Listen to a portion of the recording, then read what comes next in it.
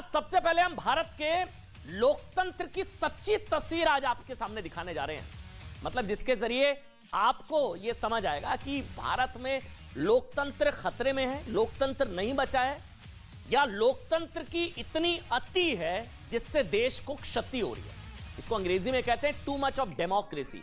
लग रहा है भारत में ना कुछ ज्यादा ही लोकतंत्र है। मतलब हमारे देश के कुछ बड़े नेता दुनिया के बड़े बड़े मंच पर बैठकर दुनिया के बड़े बड़े देशों को समझाते हैं कि भारत में तो लोकतंत्र खत्म हो चुका है, भारत में लोकतंत्र है ही नहीं, न्यायपालिका ध्वस्त हो चुकी है, भारत की संवैधानिक संस्थाएं तो मोदी सरकार के कब्जे में है, दुनिया के शक्तिशाली देशों को भारत के आंतरिक मामलों में दखल देने का न्योता दिया जाता है, लोकतंत्र खत्म हो गया भारत में, यह कहा जाता है। लेकिन भारत में लोकतंत्र की मात्रा कितनी ज्यादा है ना, जो मैं बार बार कह रहा हूं, भारत में ना जरूरत से ज्यादा लोकतंत्र है।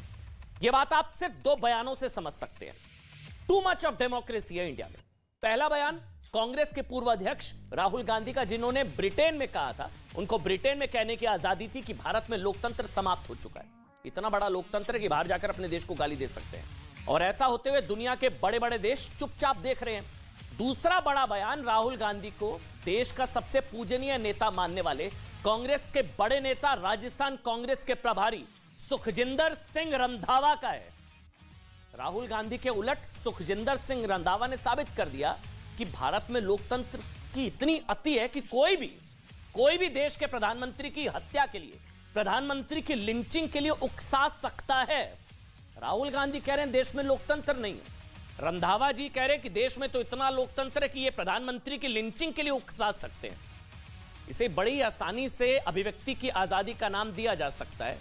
दोनों बयानों को आप सुनिए। राहुल गांधी देश में लोकतंत्र नहीं है, लेकिन राहुल गांधी के बयान को गलत साबित करते हुए कांग्रेस पार्टी के नेता रंधावा, जो मंच से प्रधानमंत्री नरेंद्र मोदी की लिंचिंग के लिए लोगों को उकसा रहे हैं कि मोदी को खत्म कर दो, अपनी लड़ाई छोड़ो, पहले मोदी को खत्म करो।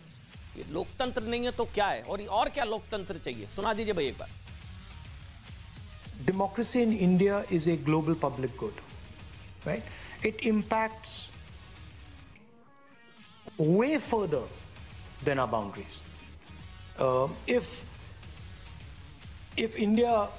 If Indian democracy collapses, in my view, democracy on the planet suffers a very serious, possibly fatal blow. So it's important for you too. It's not just important for us. We'll deal with our problem. अपनी लड़ाई खत्म करो, मोदी को खत्म करने की बात करो। अगर मोदी खत्म हो गया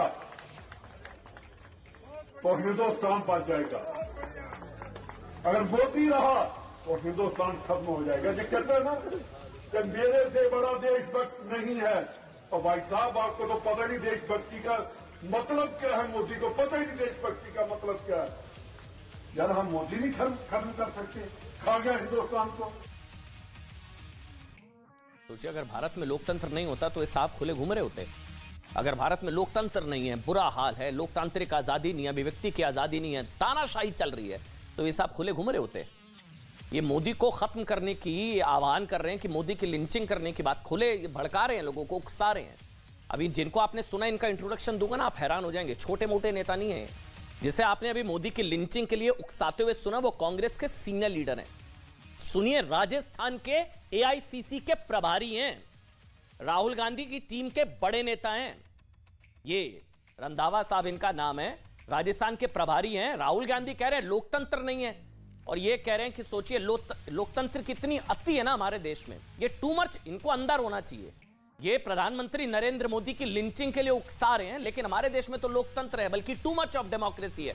भारत में कुछ ज्यादा ही लोकतंत्र है कि इन जैसे नेता जो है मंच से खड़े होकर प्रधानमंत्री नरेंद्र मोदी की लिंचिंग के लिए उकसा रहे हैं कि लड़ाई छोड़ो, पहले मोदी को खत्म करो। यही नहीं, पुलवामा हमले पर पाकिस्तान को क्लीन चिट दे रहे हैं ये खड़े होकर वहां पर। जिन सुखजिंदर सिंह रंधावा को ये आप सुन रहे हैं ना, अपने प्रधानमंत्री नरेंद्र मोदी की लिंचिंग के लिए उकसाते हुए सुना, इन्हीं सुखजिंदर जी ने मांग क्या कर दी है जानते हैं आप? लोकतंत्र नहीं है ना, इतना लोकतंत्र है, इतनी अति है, इतना टू मच ऑफ डेमोक्रेसी है कि मंच से खड़े होकर कह रहे हैं कि पुलवामा हमले की जांच होनी चाहिए। कहीं ऐसा तो नहीं है कि पुलवामा हमला चुनावों के लिए कराया गया हो? सुन रहे हैं आप? इतनी ज्यादा टू मच ऑफ डेमोक्रेसी, इतना ज्यादा लोकतंत्र इनको मिला हुआ है भारत में कि मंच से खड़े होकर ये पाकिस्तान को क्लीन चिट दे रहे हैं कि चुनावों की वजह से हो सकता है कराया गया हो पुलवामा। 40 जवान हमारे शहीद हुए और सुखजिंदर रंधावा जी को लगता है कि चुनावों की वजह से पुलवामा कराया गया होगा। पाकिस्तान का नाम क्यों लेते हैं? यह है लोकतंत्र, यह है टू मच ऑफ डेमोक्रेसी, यह है लोकतंत्र की अति और देश की क्षति। सेना पर सवाल उठाने की इजाजत, जबकि खुद पाकिस्तान ने अक्टूबर 2020 में मान लिया था कि पुलवामा हमला इमरान सरकार की कामयाबी थी। पाकिस्तान में पूर्व प्रधानमंत्री इमरान खान की सरकार में विदेश मंत्री रहे फवाद चौधरी ने संसद में खड़े होकर कहा था कि पुलवामा हमला हर पाकिस्तानी के लिए सबसे बड़ी उपलब्धि है। सुनिएगा कान खोलकर इस बयान को। मोदी साहब कहते हैं कि हम घुसकर मारेंगे। अरे भाई, और पुलवामा कैसे हो गया उसकी इंक्वायरी कराओ। आज तक जवानों का पता नहीं चला कैसे शहीद हो गए। कहीं इलेक्शन लड़ने के लिए तो नहीं ऐसा कर दिया? हमने हिंदुस्तान को घुस के मारा है जनाब स्पीकर वहां पे। और पुलवामा में जो कामयाबी है, पुलवामा में जो हमारी कामयाबी है, वो इमरान खान की क़यादत में इस कौम की कामयाबी है। उसके हिस्सेदार आप भी सब हैं, उसके हिस्सेदार हम भी सब हैं। तो आप सोचिए, इसको ना कहा जाएगा ये हद है, ये टू मच ऑफ डेमोक्रेसी इतनी ज्यादा है ना इंडिया में। आप सोचिए, पाकिस्तान कह रहा है मैंने किया पुलवामा, फवाद चौधरी संसद में खड़े होकर कह रहे हैं कि हाँ हमने कराया पुलवामा, लेकिन कांग्रेस पार्टी के राजस्थान के प्रभारी कह रहे हैं कि चुनावों की वजह से तो नहीं पुलवामा करा, इंटरनली किसी ने करा दिया होगा। पाकिस्तान कह रहा है हमने कराया। इतनी टू मच ऑफ डेमोक्रेसी। इसलिए मैं बार बार रिपीट कर रहा हूं, भारत में बहस ये नहीं है लोकतंत्र की कमी है, लोकतंत्र कहीं है ही नहीं भाई साहब। बहस इस चीज के कुछ ज्यादा ही लोकतंत्र है इंडिया में। जिन लोगों को अभी भी लगता है ना कि भारत में लोकतंत्र नहीं है, अब ना उन सबको ये सारे बयान सुनने चाहिए जो बताते हैं कि अगर भारत में लोकतंत्र नहीं होता ना तो ये सब कहां होते ना। सुनिए के करके। अपनी लड़ाई खत्म करो, मोदी को खत्म करने की बात करो। अगर मोदी खत्म हो गया तो हिंदुस्तान बच जाएगा।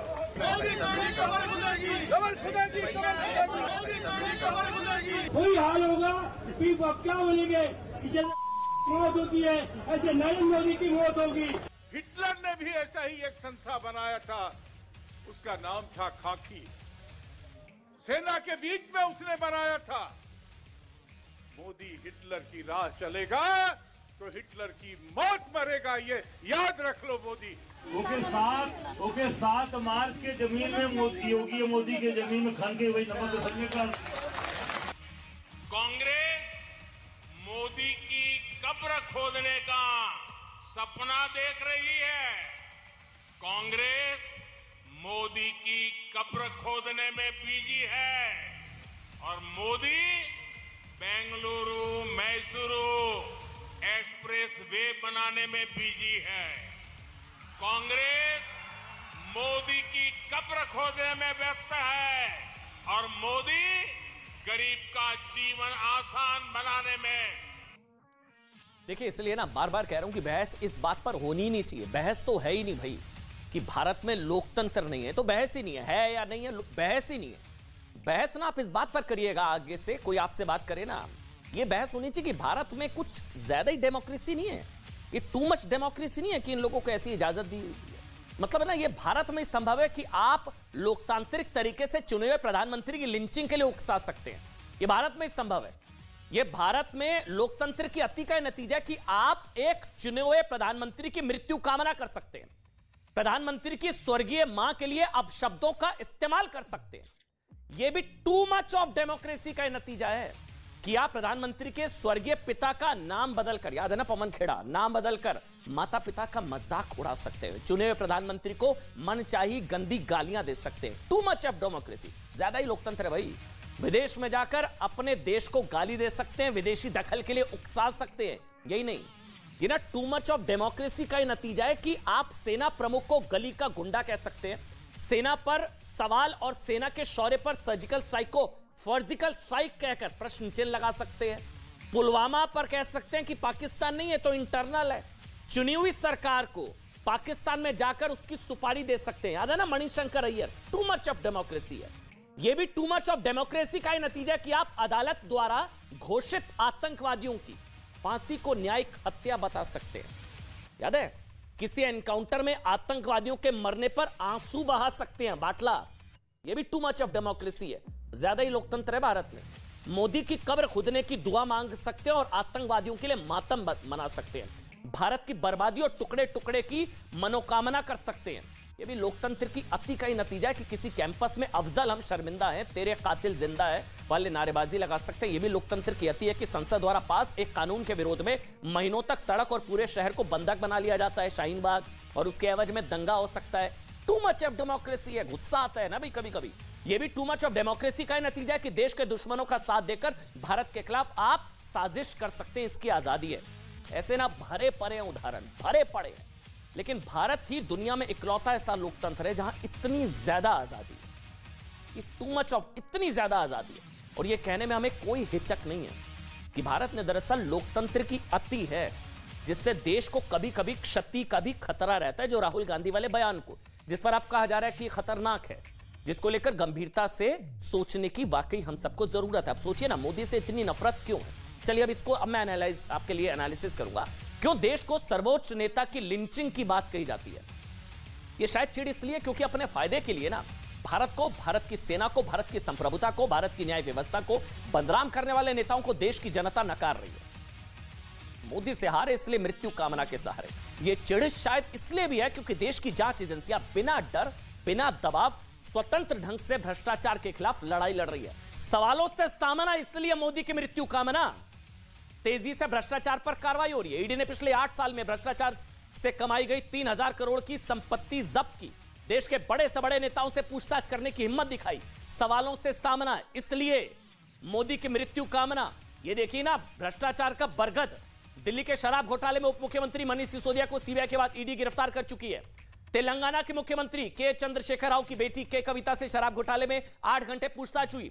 लालू के बेटे और बेटियों का राजनीतिक प्रभाव देखे बिना रेड मारी जा रही है। करोड़ों के लेन देन के सबूत मिले हैं। बंगाल शिक्षक भर्ती घोटाले में टीएमसी के नेता शांतनु बनर्जी को गिरफ्तार किया गया है।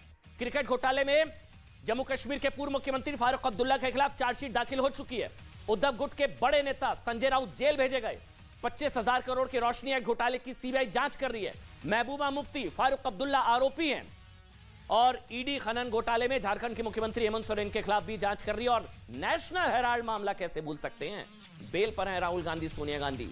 ईडी पूछताछ कर चुकी है। चार्जशीट में दावा किया था कि यस बैंक के घोटाले के आरोपी ने बयान दिया है। सुनिएगा, आप हैरान हो जाएंगे जो आप खबर बताने जा रहा हूं। ये दरअसल ईडी नहीं, चार्जशीट में दावा किया था कि यस बैंक घोटाले के आरोपी ने बयान दिया कि उस पर प्रियंका गांधी की पेंटिंग 2 करोड़ में खरीदने का दबाव बनाया गया था,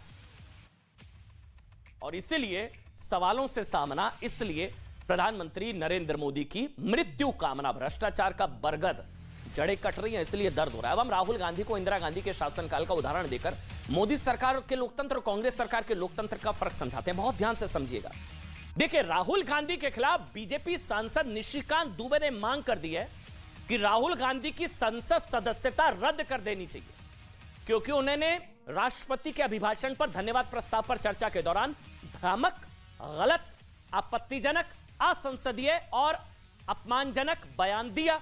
संसद सदस्यता राहुल गांधी की रद्द हो, बीजेपी मांग कर रही है। अब इस मांग पर कांग्रेस कहेगी कि लोकतंत्र के खिलाफ है, अभिव्यक्ति की आजादी का हनन है, संविधान पर चोट है।